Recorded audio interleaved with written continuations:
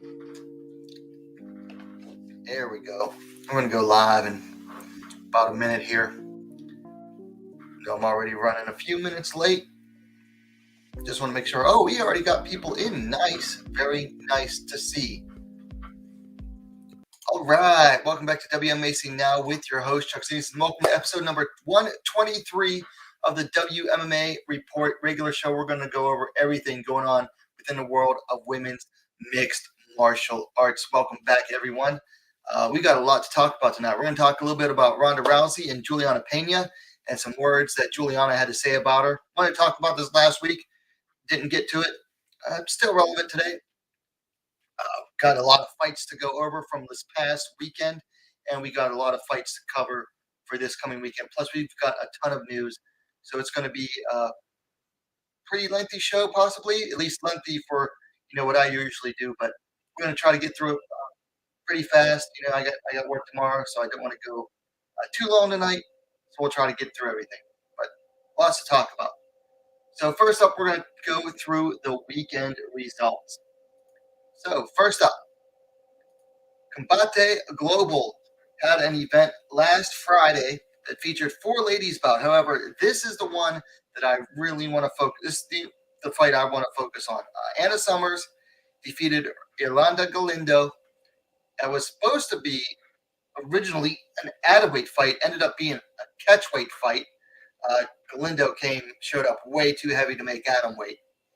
So anyway, Summers defeated Galindo via submission due to Kimura. 4 minutes, 5 seconds of the first round. Summers climbed to 1-1. Galindo fell to 1-2. This is one of the nastiest submissions I have ever seen. Now, I don't normally show video on this show because you never know about copyright and whatnot, but you all have got to see this submission. It is nasty.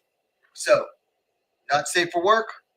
If you got a weak stomach, I'm telling you now, look away. We're going to go ahead and play this. I'm going to do this with commentary for the full time too. That way we don't get we can make fair use claim. So Summers in the blue already had Galindo in the triangle to start with. Okay? Got the triangle. Straightening the arm up for the Kimura. Boom!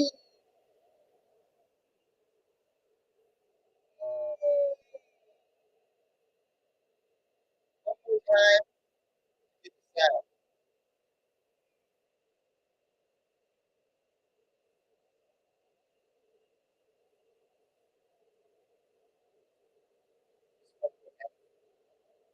From the start. Triangle. Get the arm. Window should already be tapping.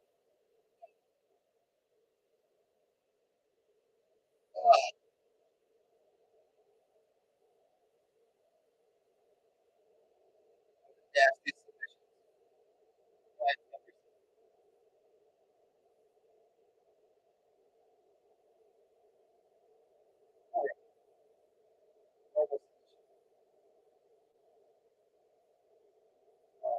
On Saturday, we had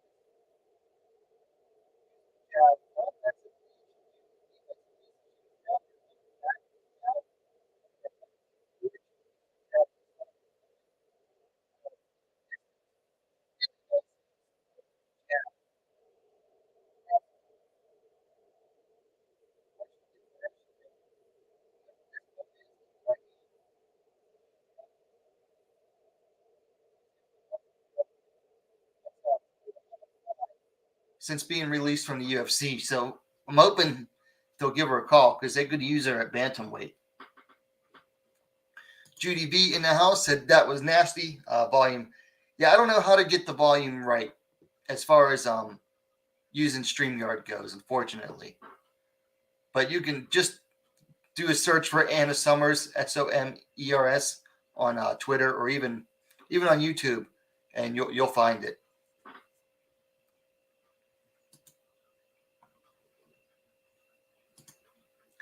Then we moved to UFC 273, had 3 ladies fights. Kicking things off at strawweight, Pierre Rodriguez on the left there defeated Kay Hansen via decision. Rodriguez coming to 8-0. Hansen fell to 7-6. Hansen started off really well, which not used to seeing her. Like usually she's a bit of a slow starter and then turns it on, but she started off really well.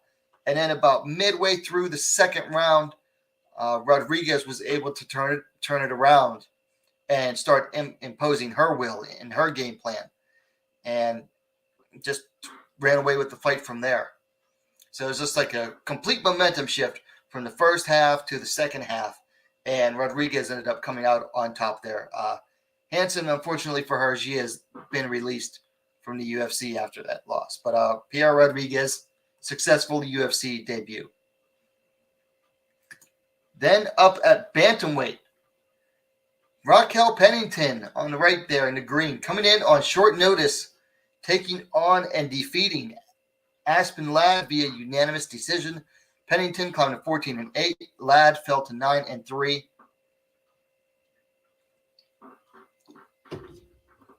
Really nice effort there from Raquel Pennington. Workmanlike effort, but very nice. Stuck to her game plan, did everything that works for her. Did what she does best. I don't know what Ladd was doing in this fight. She was fighting southpaw when she's orthodox. She normally fighting orthodox. It didn't seem to work for her. And she barely used her wrestling at all. I don't know if she was injured or what, but I mean, like 2 out of the 3 commentators noticed both of those points that I just made, like right after the other. So, Rogan noticed that she was standing southpaw when she's normally right-handed. And then I think it was Paul Felder noticed, like, oh yeah, she also hasn't really gone to her wrestling at all. So I don't know what was going through Aspen Ladd's head. I don't know. She's fallen apart lately, it seems like. I don't know if it's prep work, something going on in her camp, just an inability to improve, plateauing. I don't know what's going on with her, but did not look particularly great this fight. Then up on the main card at strawweight, Mackenzie Dern defeated Tisha Torres via split decision. Dern climbed to 12-2. Torres fell to 13-6. I disagreed with this decision, honestly. I had it Torres first and third rounds. Dern, easy second round. But I think it mostly came down to how you scored the first round, which was pretty close. But I scored it for Torres. But I disagreed with this decision. But I'm not surprised that Dern got the decision. A lot of the judges, if they see a fighter moving forward, it doesn't matter how good that the other fighter is countering. The forward momentum is what's going to win the round. And I don't know how many times we've talked about this. It feels like we've talked about this multiple times recently. But forward momentum is what wins fights, it seems like.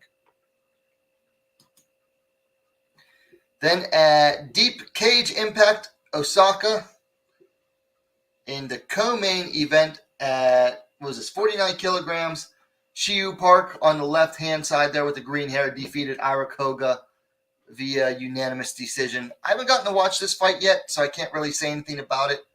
I'm not surprised that Park came away the winner. She's the more experienced fighter. Ira Koga, pretty young and still inexperienced. So it does suck, though, because it's like 2 straight losses for Koga. But wasn't surprised by that result there. So that is it for the weekend results. So now we're going to move into the news. So let me pull out my book here, and we've got a lot of news to discuss this week, so bear with me here. All right, first up, KSW 69 goes down next weekend in Poland on the 23rd. They have added a flyweight bout. Natalia Bazinska coming in at 6-1, taking on Sarah Luza Smajic, and I don't have her record.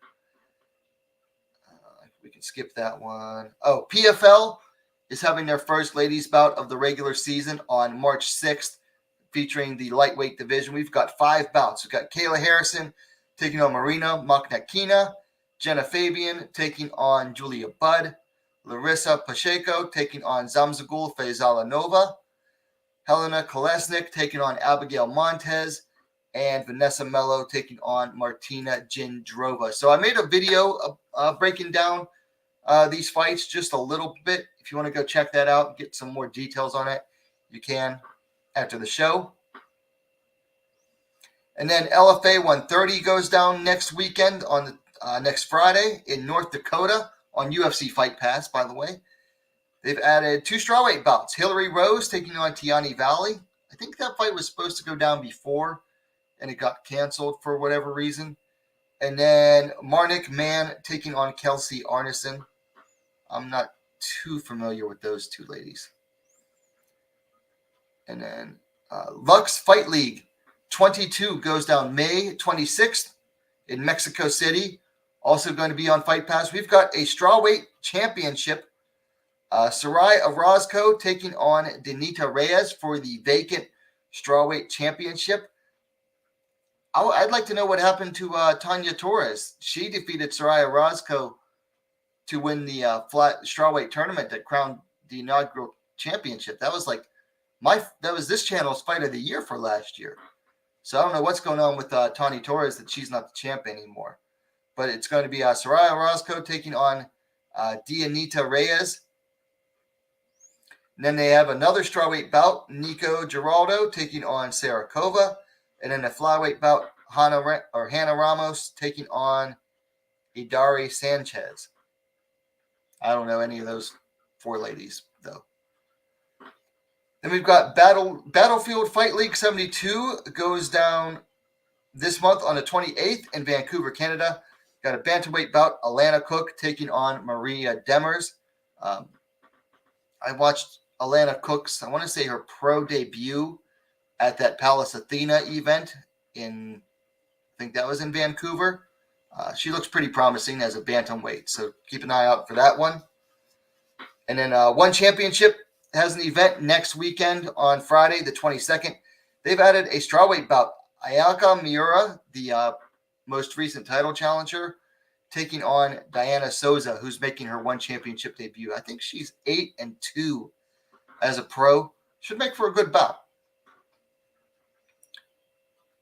And then Shudo has an event on May 22nd in Tokyo. Have an atomweight bout. Hisai Watanabe taking on Chihiro Sawada.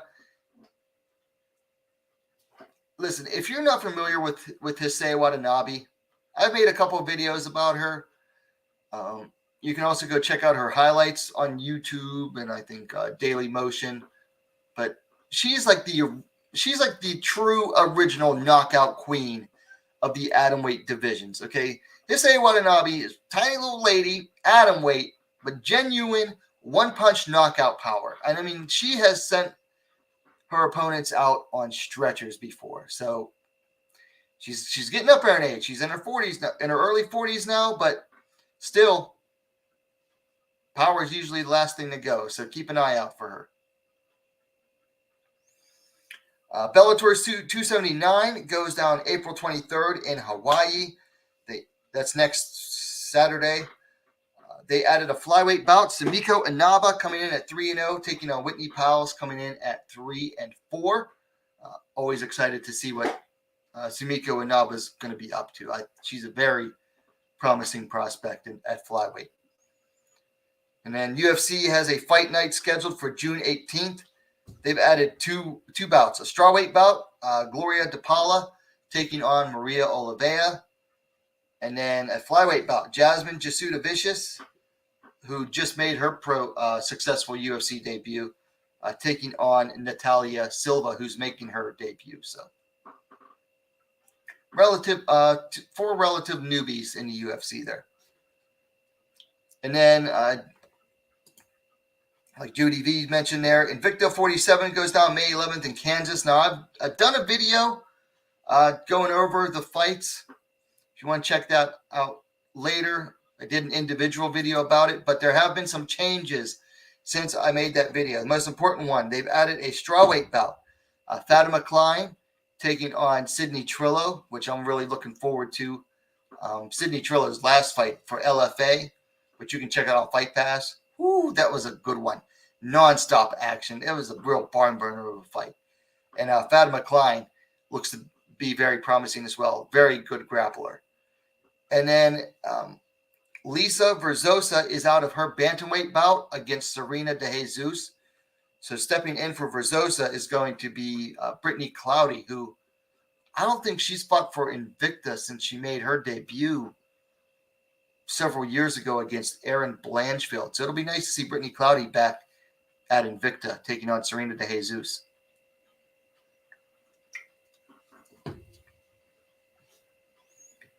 And where else? Okay. So talked a little bit a while ago about Olympic judo medalist out of Mongolia, Yurat Setseg Munkbat, is going to be making her transition to MMA. Talked about her a little while back, but she has found a gym. She's going to be training in Albuquerque, New Mexico at Jackson Wink to prepare for her MMA debut. Apparently, the current plan is train there for 3 months and then make her debut. I think that should be a good fit for her. You know, a lot of people don't like Jackson Wink anymore, and I'll admit, you know, they're in kind of a bit of a slump lately. But I think for, you know, someone who's already very experienced in combat sports, that should be enough time there training, and I think that they should be a good fit for her. And then UFC has an event on June 4th. They've added a flyweight bout. Erin Blanchfield taking on JJ Aldrich. That should be a good one. You know, Erin Blanchfield, fast rising prospect. And then JJ Aldrich, like one of the unsung warriors of the flyweight division, just has now notched 3 straight wins. One of the more unheralded fighters out of that division, easily. That should make for a good one. JJ's striking versus Blanchfield's grappling, and Blanchfield's no slouch on her feet either, so should make for a really fun fight. And somehow my camera got screwy, and it is driving me nuts, and I apologize for that. That's a little bit better. Okay, sorry about that. Where are we? Okay, 3 more items here. So we are going through these faster than I thought we would. But Dana White Contender Series, August 16th, they added a bantamweight bout. Haley Cowan taking on Claudia Leite.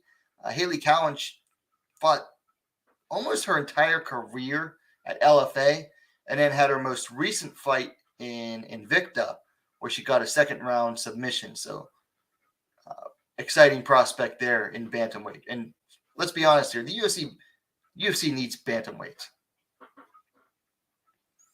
And then Leite has a pretty good record too. I think she's 8-2. But I can't remember off the top of my head. But it looks pretty good so far. Then we have a flyweight bout.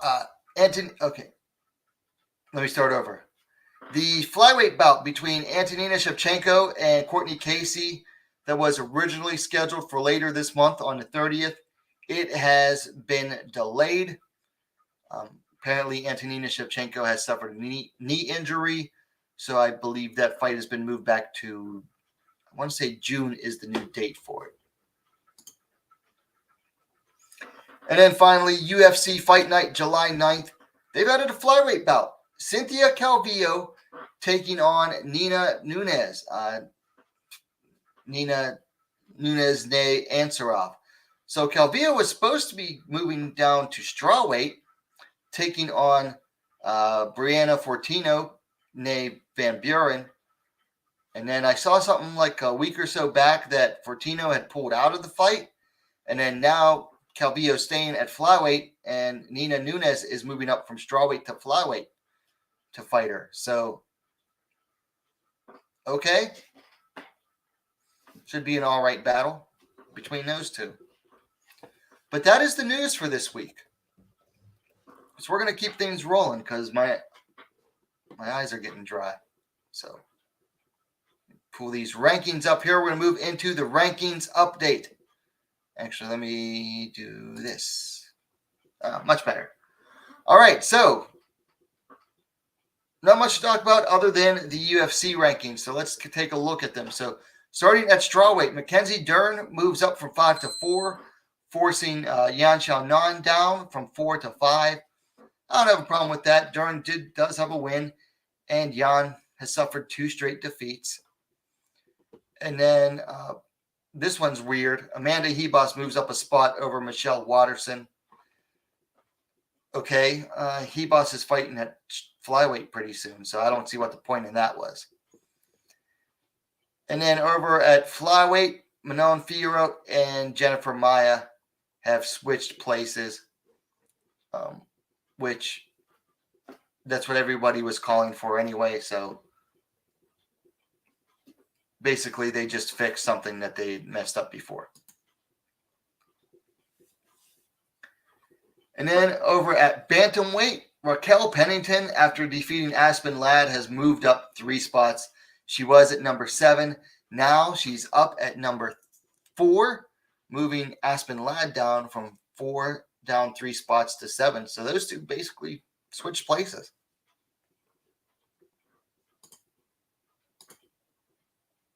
So that is your rankings updates.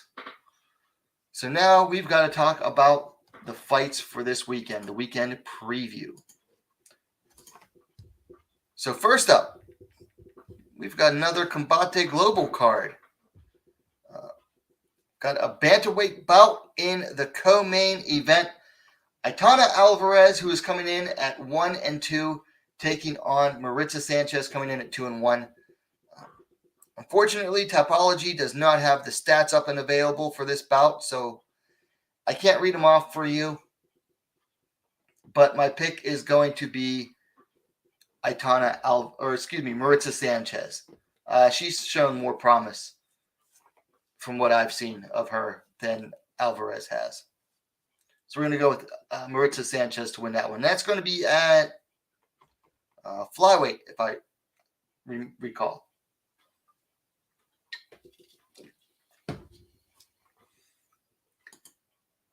Then we move on to Saturday. We have Aries FC number 5 coming from Paris, and they have 4 ladies bouts on this card, and it is going to be on UFC Fight Pass. So you can check that out there. It's going to start at 12 noon Eastern time in the US. First up, they have a ladies featherweight bout. Marisa Locke taking on Carolina Sobek. So the Brazilian look coming in at 6-0. Sobek coming in also undefeated at 3-0. Locke last fought 9 months ago, winning via TKO.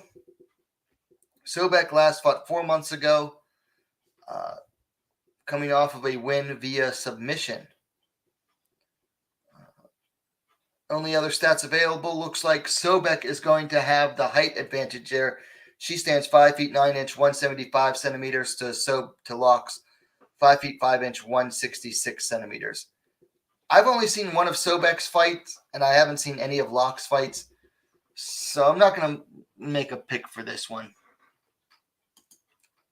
But I am looking forward to seeing it, though. Then we have a flyweight bout. Asia Miri taking on Marjorie Lemolak.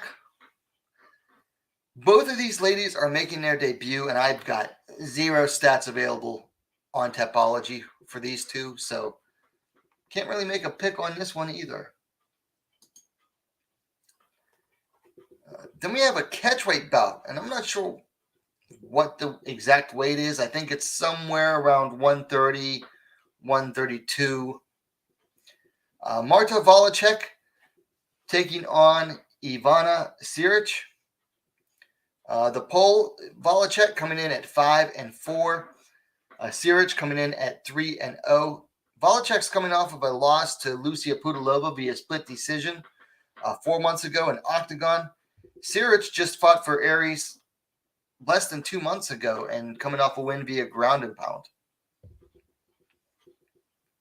No age available for Ivana Siric. Volacek is 34. I don't have any other stats available for Siric. Volacek stands 5 feet 7 inches, 170 centimeters. So Volacek is a promising prospect at bantamweight. I mean, she's undefeated already, still at 3-0. Looks to be pretty good from what I've seen of her so far.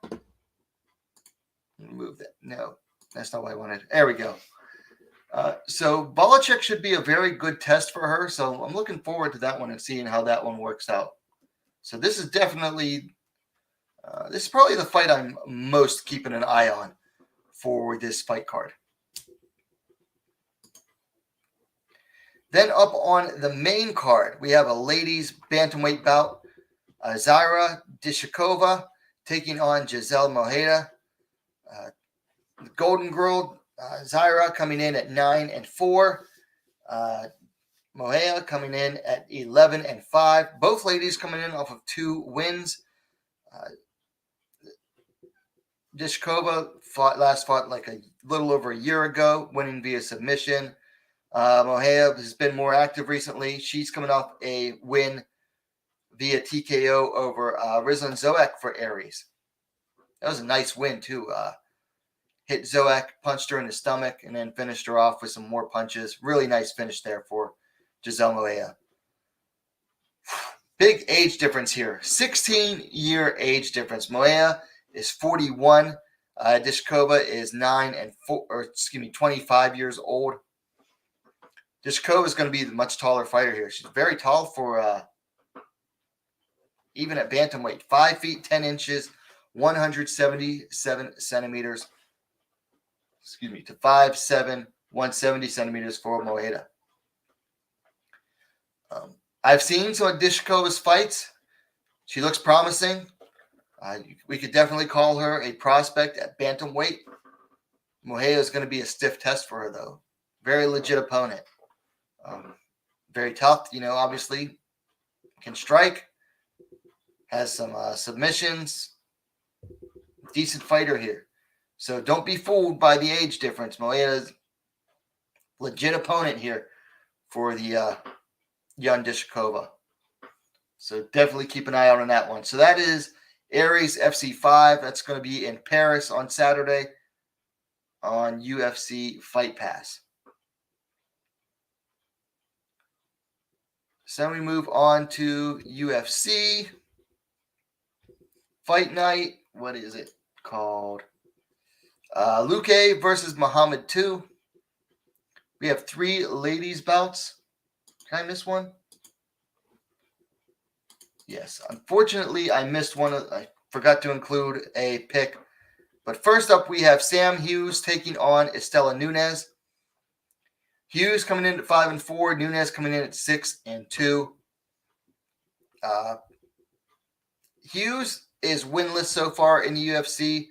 She's on 3 straight losses. Nunes coming in off of an unsuccessful debut in the UFC against Ariane Carnelossi. I'm going to go with Estela Nunes. I think she's a little bit better on the feet than Sam Hughes. Cleaner striking, Muay Thai style. Where Hughes is a little bit better on the ground, but I don't trust her enough to get it there. So I'm going to go with Estela Nunes. So now we'll move on to the fight that's actually pictured. At bantamweight, Lena Landsberg taking on Pannie Kianzad. And this is actually a rematch. They fought a while back, if I remember correctly. But anyway, the elbow queen, Lena Landsberg, coming in at 10-5. Kianzad coming in at 15-6. Both ladies coming in off of a loss.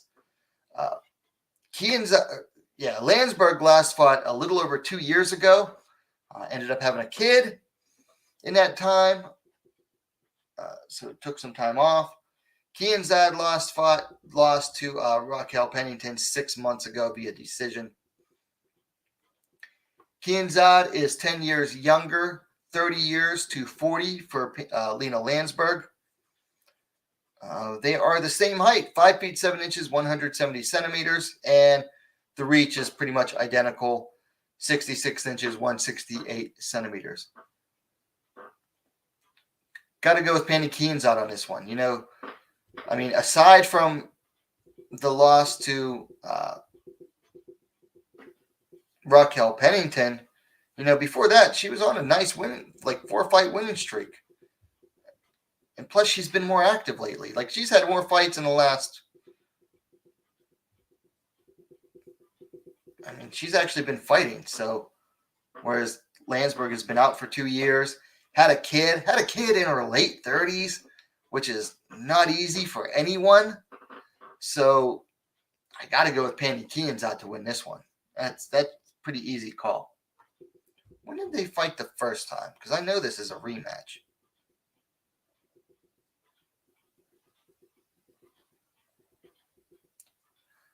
Oh, wow. So these two first fought way back in 2012, with Kianzad coming away with the win in that one. It was Kianzad's third fight, and it looks like Landsberg's first fight. So I knew they had fought before, but man, 10 years. That's a long time to wait for a rematch.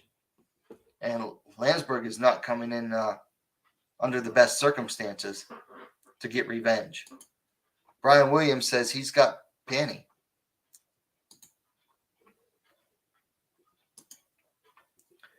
Then we move up to the main card. We have a bantamweight bout. Maia Bueno Silva taking on Wu Yanan, or Yanan Wu. Shitara coming in at 7-2-1. Mulan coming in at 12-4. Now, Bueno Silva is coming in off of a loss to Manon Fiorot 5 months ago. Before that, had a draw against Montana De La Rosa. Wu is coming in off of a split decision to Mizuki Inoue 2 years ago, and then a loss to Jocelyn Edwards a little over a year ago. So a little bit inactive lately has been Wu Yanan. Bueno Silva's 5 years the elder, 30 years to 25.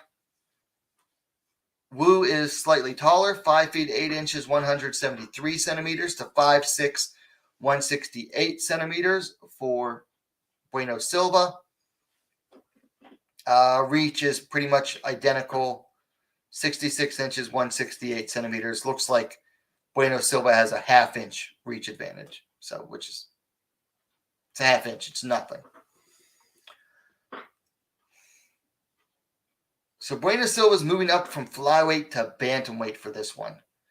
And Wu Yanan hasn't fought in a while. I don't know. This fight just doesn't interest me that much. I like watching both of these two ladies fight. I don't know. Then the two of them matching up together. I don't know. This one doesn't. It's not exciting me. I don't know why. I don't know why. I guess I'm going to go with Bueno Silva here to win. I mean, she's definitely the cleaner of the two. So we'll go with the MBS. Looks like Brian Williams has MBS and Sam Hughes. So final event of the weekend, early Sunday morning, we have Ryzen 35. You've got two fights in the Ryzen Super Atomweight division, which is 49 kilograms, 108 pounds. First up, we have Kana Asakura taking on Satomi Takano, also known as Sarami. Asakura coming in at 18-6. Sarami coming in at 16-12. Now, Sarami is coming in off of 3 straight wins, dating back a little over a year ago. Most recently, defeated Mina Karobi via unanimous decision to capture the Shudo Super Atomweight title in Japan. Kana Asakura, unique situation for her. She's coming in off of 2 straight losses. First time that's happened in her career. Because let's be honest, she doesn't have that many losses. Asakura last fought, dropped a split decision to Saori Oshima 5 months ago in what has become the most viewed women's fight on the Ryzen YouTube channel. That was a good fight, too. Big upset, too. Big upset. Asakura is the younger fighter, 24-31 for Sarami. Asakura is slightly taller, 5 feet 2 inches, 158 centimeters to 5 feet even, 152 centimeters for Sarami. I like this matchup for both of these ladies. Sarami is more experienced. Now, she doesn't have as pretty of a record as Asakura does, anywhere near that. I mean, 16-12, she's not that too far above 500. But she's got grit. So I've seen enough Sarami fights to know that she has grit. I feel like she's more well-rounded than Asakura. Asakura does best on the ground with her wrestling and submissions, but she has a hard time against superior grapplers. Now, big question is, can Sarami do better on the ground than Asakura? I don't know. I mean, she's shown some improvement over her last few fights. And she was fighting for... She almost fought for one championship. She was in their Warrior series for a little bit and was doing okay. But I don't know. Hard to imagine Kana Asakura going 0-3 for 3 straight fights. So I'm going to go with Asakura to win this one, probably by decision. Sarami is not easy to finish. That's for sure. I mean, let me look at her record here. Decision, mostly decision.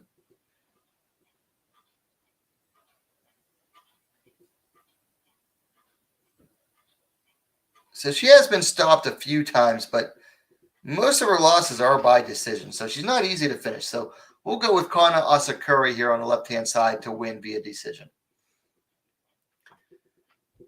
Then we move on to the big one this weekend. The big fight this weekend. The Ryzen Super Atomweight title match. The champion, Ayaka Hamasaki, taking on Seika Izawa, the challenger, in a rematch. In their last fight, non-title fight, Seika Izawa came in and stopped Ayaka Hamasaki in the second round due to ground and pound. And huge upset. And Ryzen immediately was forced to, do the rematch, which it kind of works out because had Hamasaki won, then they really wouldn't have had too much use for Seika Izawa after that. But by Seiki Izawa winning, beating Hamasaki, yeah, it kind of makes your champ look bad because your champ lost a non-title fight, but then you immediately get to set up the rematch for the title. So works out for Ryzen. Anyway, the champ Hamasaki coming in at 23-4. Izawa coming in undefeated at 5-0. Of course, we know what the last fight was.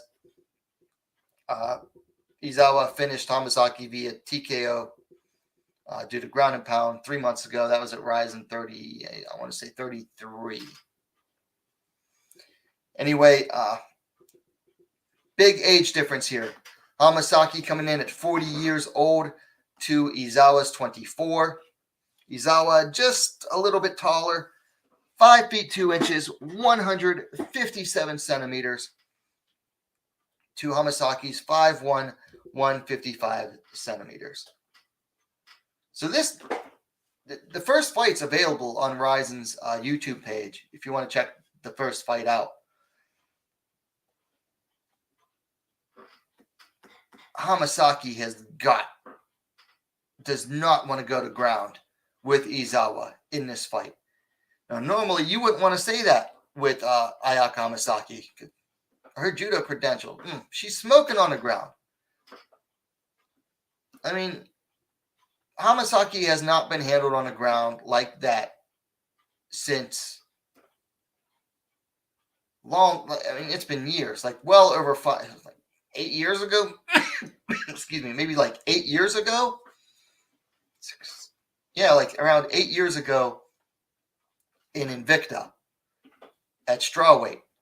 Claudia Gadelia absolutely handled Hamasaki on the ground and just absolutely controlled her. But even Gadelia, I think, if I remember right, went to decision. Izawa finished Hamasaki. So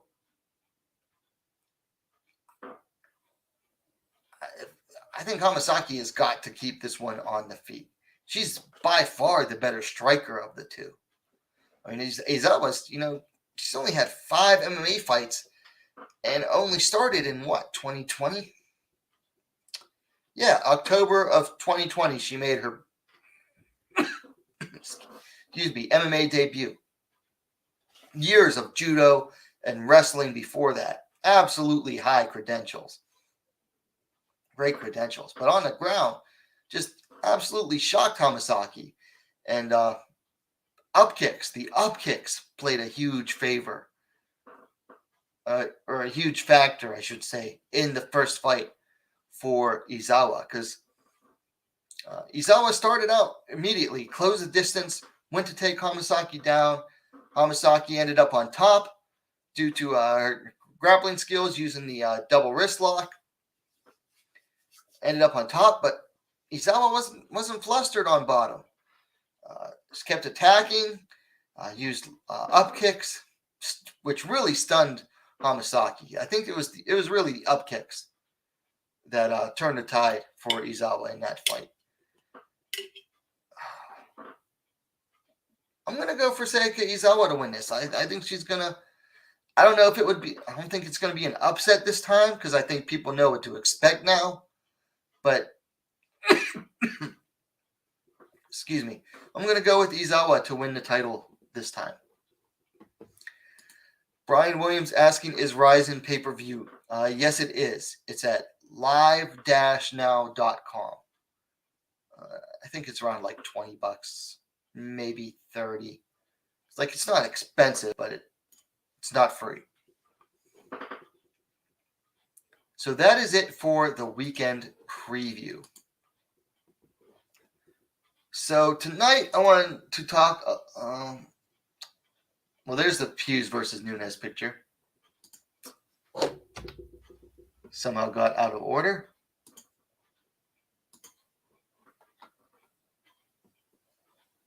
Anyway, tonight I want to talk a little bit about Ronda Rousey. There's some controversy recently over some comments made by the current UFC bantamweight champ Julianna Pena. Made some comments about Ronda Rousey that a lot of people, they either didn't get the full context or just ignored it, which is very likely. Either situation is very likely, but a lot of people did not respond to it very well. And but I wanted to clear it up here because it came from an interview that Pena had with, I believe, Ariel Helwani at MMAfighting.com. But I do have the full quotes here, and I'm going to enlarge them because I want people to see the full context before we really discuss this. We'll start here. So Ronda is old news, right? Pena said on Monday's episode of the MMA Hour. I think that what's incredible about her is that she opened up the door and was destroying people in 10 seconds and became a star because she was demolishing people in the first round, and that's great. But she got knocked out twice and never came back. So how legit is she? So Pena actually starts out praising her. Like she admits, like, hey, Ronda Rousey opened the door. But then as soon as things went sour, she left. So she goes from kind of praising her to questioning her. And it goes, she had to go to pro wrestling. And I get that, and I think that's great. So again, a little bit more praise. But as a fighter and somebody who is competitive, I know that deep down, it truly bothers her, the fact that she went away off of 2 knockout losses and never came back to make her name good. If it really, truly does bother her, and if it gets under her skin at the end of the day to know that her legacy, is kind of ruined by the fact that she never came back and never got back on the horse, then I would like to invite her to please come back. And if she would like to come back, I would welcome her with open arms. And then it continues. That's what I'm saying. She's kind of a joke in the MMA world right now because she's what is the word? Sellout, Pena said of Rousey. Like a little bit of a sellout there. I mean, I guess I understand, right? It's like pro wrestling is fake. You get paid millions of dollars. I get it. But for me, for real shit, for like you're the real deal, I would say that that's in the UFC. And if she ever wants any of that real smoke, I'm ready. So she kind of goes, Pena does kind of go both ways on that. Like she gives Rousey credit where the credit's due, but then also is very critical where, I'll be honest, I think that Ronda is deserving of some of the criticism she gets. Okay, so she starts off, and a lot of people, and I saw UFC flyweight Casey O'Neill really went hard on Pena about this too. And I don't think O'Neill got the full context out of this, but she starts off acknowledging, it was incredible that, she opened the door for the women and then was destroying people and became a star. But then she questions, she never came back. She took those 2 losses and never came back. And then, she mentions she's kind of a joke in the MMA world now. And that's what really ticked people off. But here's the thing. To a lot of MMA fans, and I'm not saying I'm one of them, I'll give Ronda Rousey the credit. But I do think that she is deserving of criticism for this. There are a lot of MMA fans that see Rousey as a joke because of how she left the sport. It's like, yeah, you were doing great. But then as soon as things don't go your way, as soon as you take 2 tough losses, the only 2 losses you've ever suffered, you turn tail and run. You ran to WWE. You ran to the thing where results are predetermined. And to a lot of MMA fans, that does make Ronda Rousey look like a joke in their eyes. So Pena's not wrong. She's not wrong about giving Ronda credit. She gives credit where credit's due. She says, hey, she opened the door. which Ronda did. If it weren't for Ronda Rousey, the ladies still might not be in the UFC. It's hard to say. Like, it's really hard to say if anyone else would have been the fighter to convince Dana White to finally bring the ladies in. That was Ronda Rousey. She had that crossover appeal, and she was absolutely destroying opponents. But as soon as she lost, as soon as she took a couple hard losses, she ran. And to a lot of MMA fans and a lot of Ronda Rousey haters, that's all they needed. They slam her to this day. They said she was never legit. Some fans refuse to give her credit. They said she was never legit. That she was only fighting cans, blah, blah, this and that and the third. And they just say that Ronda Rousey's a joke. So a lot of people were mad at Pena, but they shouldn't be mad. Because Pena's right. Pena is right. A lot of fans do look at her as a joke. I don't. Okay? Do I think that she left a sour note? Did she leave a sour taste in my mouth the way she left? Yes, especially the way she was acting right up before those losses, and then the way since then. Yeah, it left a sour taste in my mouth. But still, it's hard not to credit Ronda for, being the one that broke the barriers down to get the ladies into the UFC. So I don't think she's a joke. But I think that she is deserving of this criticism. So I just really wanted to, put that into context, that I wanted people to see everything that Pena had said, because it wasn't all negative. But I think she just wanted to say that, yes, she did these great things, but then she left the sport in a bad way. Like, the way she left the sport was bad. And then if it hadn't been for other fighters, starting to make a name for themselves, it would have made the women's divisions look even worse. Because they already kind of took a bruise, the way Ronda left. But thankfully, we started having, like the strawweight division had already picked up steam by then. We had a great champ in Joanna and Jacek at the time. Bantamweight was turning around as a division. Like, there were starting to be some good fights again. So thanks to the other ladies, they didn't give the UFC an excuse to just tank them all together as soon as their big star left. So yes, Ronda deserves the praise that she got from Pena, but she definitely deserves the criticism too. And I just wanted to make sure that the full context of what Pena said got out there.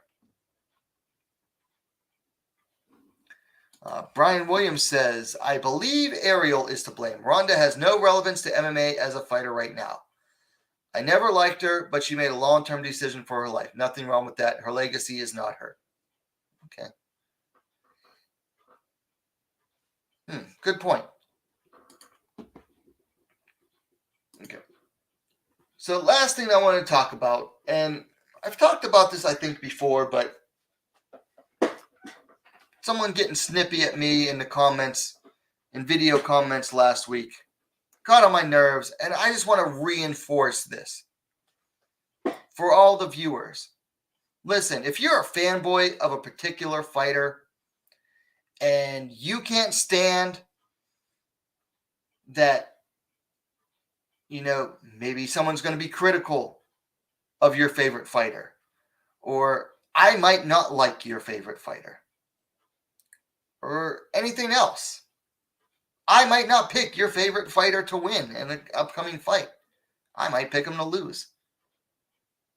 If you're that kind of fanboy, this channel is not for you. Okay? You're welcome to stay, but this is your trigger warning. Okay? This is not a fanboy channel, and this is not a channel for fanboys. I don't fanboy out for any one particular fighter. I put the women's divisions as a whole way above any one particular fighter. So if you're one of those diehard Weili fans that can't stand to see any criticism of her,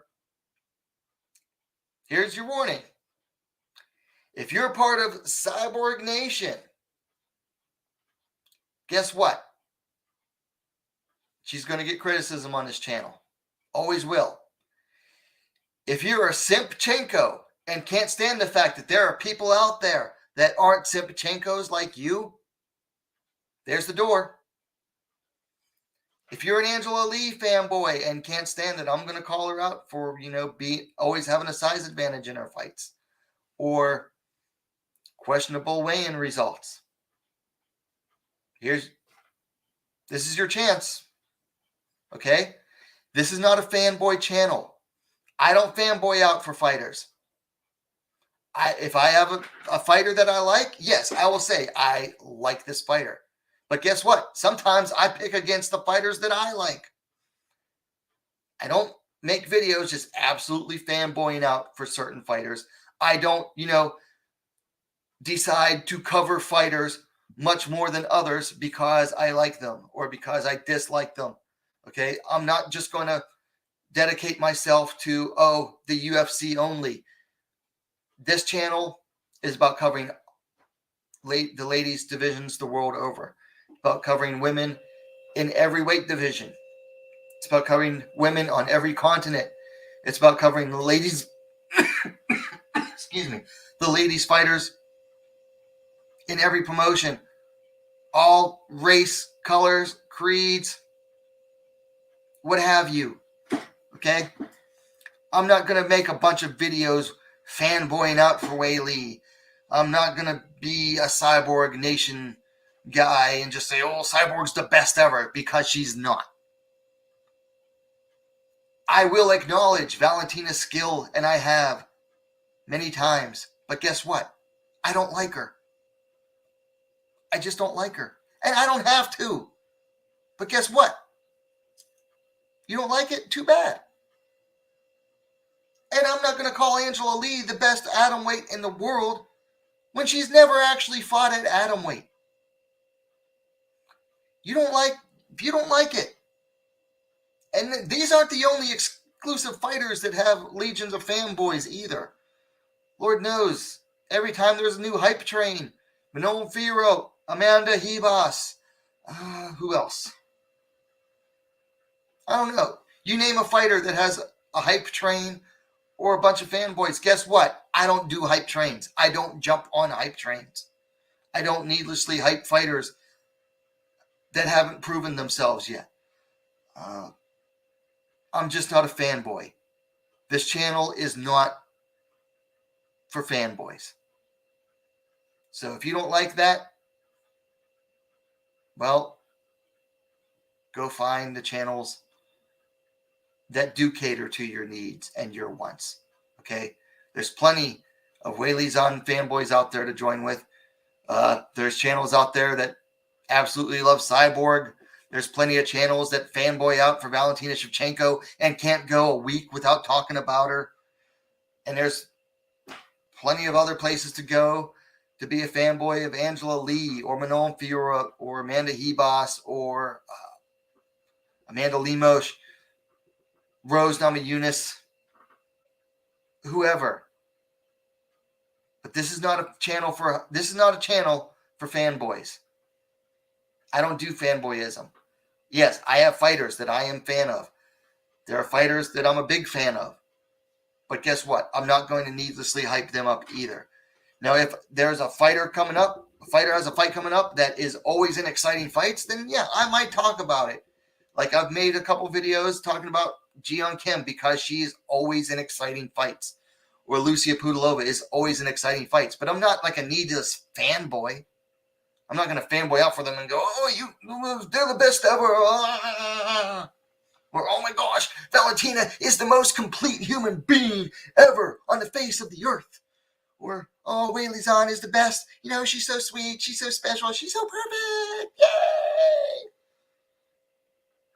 No. There's the door. If you don't like it, feel free to leave.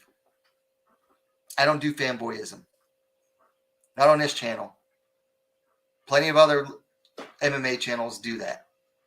But this one is going to keep offering the same coverage that it always has. The same coverage that has gotten me to 3,600 subscribers and continues to grow. So it's nice to have people around, but if you don't like it, I'm going to keep doing what I'm doing. I'm going to keep growing anyway. So here's your final warning. Fanboys, you're welcome, but keep your fanboyism to yourself. Let's go to comments. Let's go to the chat. Brian Williams says, Pena just likes to hear herself being heard. Well, that is true. She's living in Ronda's legacy. To call her a joke was just a self-gratifying comment. What champ concerns themselves with retired fighters? Well, I don't think she concerned herself with Ronda too much, but she was there at WrestleMania, and then she was asked about it. Like, she was asked about Ronda. I don't think Pena would have brought Ronda up on her own had she not been asked. And like, she acknowledged that, yeah, the ladies divisions are new. I mean, she did acknowledge that Ronda's legacy, that yes, she got the women there. Queen Boudica Radiant. I was just about to defend you about Ronda, then you said all that dumb shit about Valentina. If you don't understand the level Val is on, it's because you've never trained a day in your life, sweets. Hey, Queen Boudica. Did I ever deny Valentina's skills? Go back and watch my videos, watch my streams. I have never, ever denied her skill level. I just don't simp for her. If you can't stand the fact that I don't simp for a fighter that you like, that's fine. I'm not denying her skills.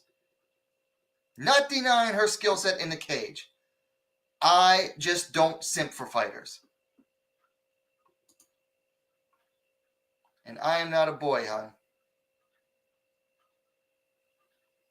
Well, you're a fan girl then. You're still...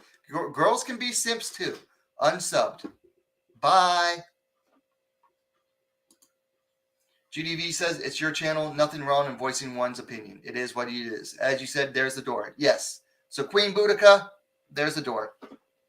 Because you can't stand that I am not in love with the same fighters that you're in love with. And that's the thing.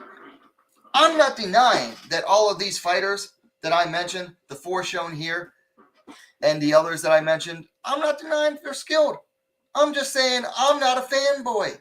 I don't get emotional about these. I don't get emotional over like individual fighters anymore. At least not in my coverage of them. So if you don't like that, that's fine. Go somewhere else. But all of that dumb shit about Valentina, what? That I don't acknowledge that she's the most perfect woman ever, the most complete human being ever? She's not. She's a great fighter. But I'm just not a fanboy. I just don't like her. I don't know what's so hard about that.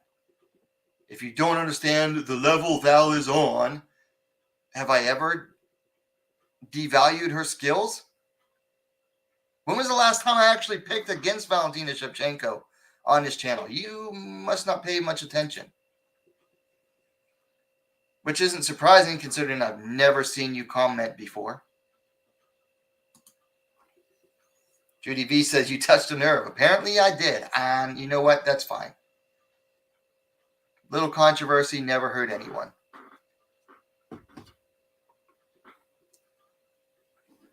So anyway, that's really all I have for tonight. Any final comments in the chat before I go?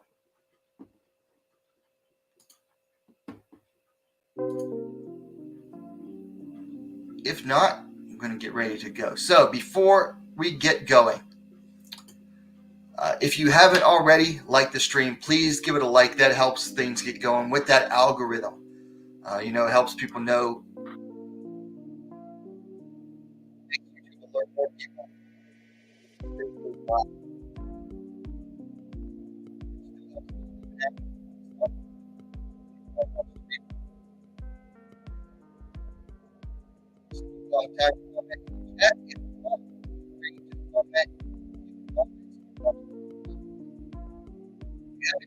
Subscribe. Please just remember that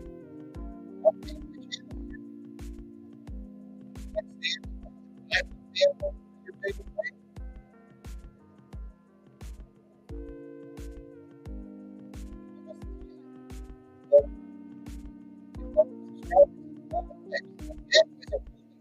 You've got to control your brain.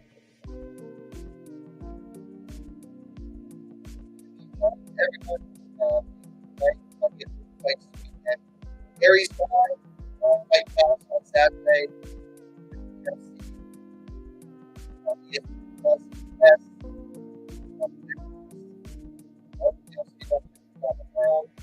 Ride on Sunday. I have Dash on you.